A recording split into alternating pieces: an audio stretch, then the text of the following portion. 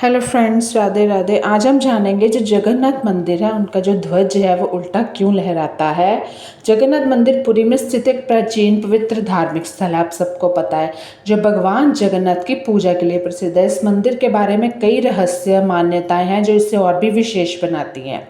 कुछ तो हमें पता ही नहीं है। यही नहीं, इससे जुड़ी कई ऐसी बातें हैं जिन्हें आज भी लोग अजूबा मानते हैं। उन्हीं में से एक इस मंदिर के ध्वज का हमेशा हवा के विपरीत दिशा में लहराना।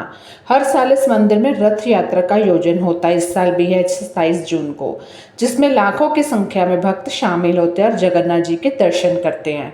वास्तव में रथ यात्रा के साथ इस मंदिर में सबसे अनोखा और आकर्षक रहस्य है मंदिर का ध्वज। यदि हम इस ध्वज को ध्यान से देखते हैं तो यह हमेशा हवा के विपरीत दिशा में लहराता है। ये किसी आश्चर्य से कम नहीं है और इसके पीछे कई कारण हैं। तो ये घटना न केवल भक्तों को आकर्षित करती है बल्कि वैज्ञानिकों को भी इसके पीछे के कारणों की खोज करने के लिए प्रेरित करती है। तो इस रहस्य के बारे में कई सिद्धांत, व्याख्याएं हैं, मान्यता है, लेकिन इसके पीछे का वास्तविक कारण अभी भी अज्ञात ही है। तो इससे जुड़ी एक कथा के अनुसार हम जानेंगे। उड़ीसा के पुरी में जगन्नाथ मंदिर का झंडा एक ऐसा रहस्य है जो सदियों से लोगों को हैरान करता आया है। हवा की दिशा चाहे जो भी हो, झंडा हमेशा उसके विपरीत दिशा में ही लहराता है। इस घटना के पीछे एक कहानी है जो प्राचीन परंपराओं, वैज्ञानिक व्याख्याओं और इसके इर्द गिर्द मौजूद आध्यात्मिक मान्यताओं के मिश्रण की खोज करता है। वास्तव में यह एक दैवीय हस्तक्षेप है या कोई प्रकृति घटना है जिसका कोई स्पष्टीकरण नहीं है, यह भी पता नहीं है। अगर हम पौराणिक कथाओं की माने तो इस ध्वज के उल्टी दिशा में हिलाने के पीछे हनुमान जी से जुड़ी और भगवान विष्णु जी से जुड़ी एक कथा है। ध्वज के विपरीत दिशा में हिलाने की कथा या कारण हनुमान जी से जुड़ा हुआ है। हनुमान जी इस क्षेत्र की दशों दिशाओं से रक्षा करते हैं। यहाँ के कन कन में हनुमान जी का निवास है। हनुमान जी ने यहाँ कई तरह के चमत्कार बताए हैं। उन्हीं में से एक है समुद्र के पास स्थित मंदिर के भीतर समुद्र की आवाज को रोक देना। इस आवाज को रोकने के चक्कर में ध्वज की दिशा भी बदल दी गई थी। ये एक पौराणिक कथा है। अगर आपको नहीं पता तो आपको पता होगा, जब आप मंदिर में प्रवेश करते हैं तब आपको समुद्र की लहरों की आवाज़ नहीं सुनाई देगी। क्या कारण है वही जानेंगे। एक बार नारद जी भगवान जगन्नाथ के दर्शन के लिए पहुंचे तो उनका सामना हनुमान जी से हुआ।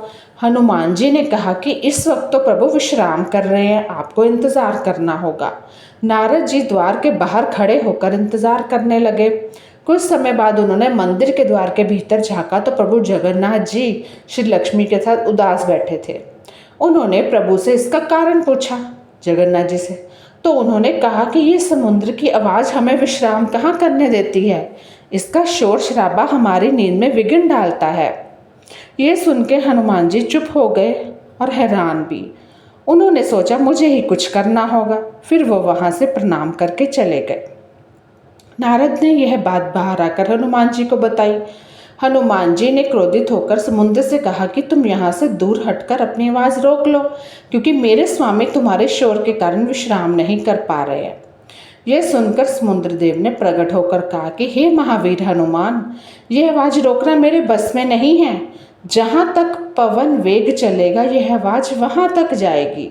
आपको इसके लिए अपने पिता पवन देव से विनती करनी चाहिए। वो बोलती है ना दोहा में, पवन पुत्र हनुमान। तो पवन देव से विनती हनुमान जी ने फिर की तो उन्होंने प्रार्थना करी।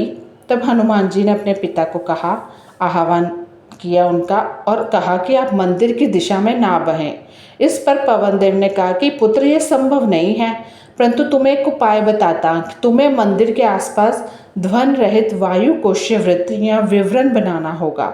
हनुमान जी समझ गए कि उनको क्या करना है।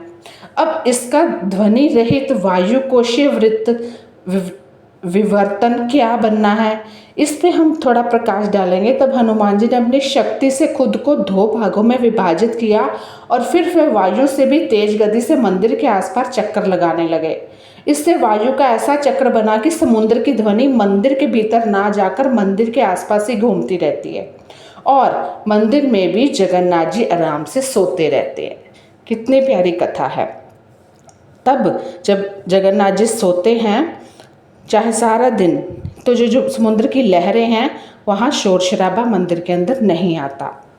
इस वजह से यही कारण है तभी से मंदिर के सिंह द्वार में पहला कदम प्रवेश करने पर ही मंदिर के अंदर से आप सागर द्वारा निर्मित किसी भी ध्वनि को नहीं सुन सकते।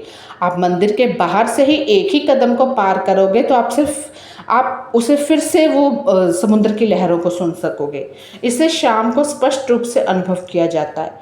इसी तरह मंदिर के बाहर स्वर्ग द्वार है जहाँ पर मोक्ष प्राप्ति के लिए शव जलाए जाते हैं, लेकिन जब आप मंदिर से बाहर निकलेंगे तभी आपको लाशों के जलन की गंध महसूस होगी, वैसे नहीं, ऐसे शास्त्रों में बताया गया है। अब बात यह है कि जब भी आप जगन्नाथपुरी मंदिर जाएं, वहाँ पे रथ को स्पर्श करें, बहुत ही भाग्यशाली माना जाता है।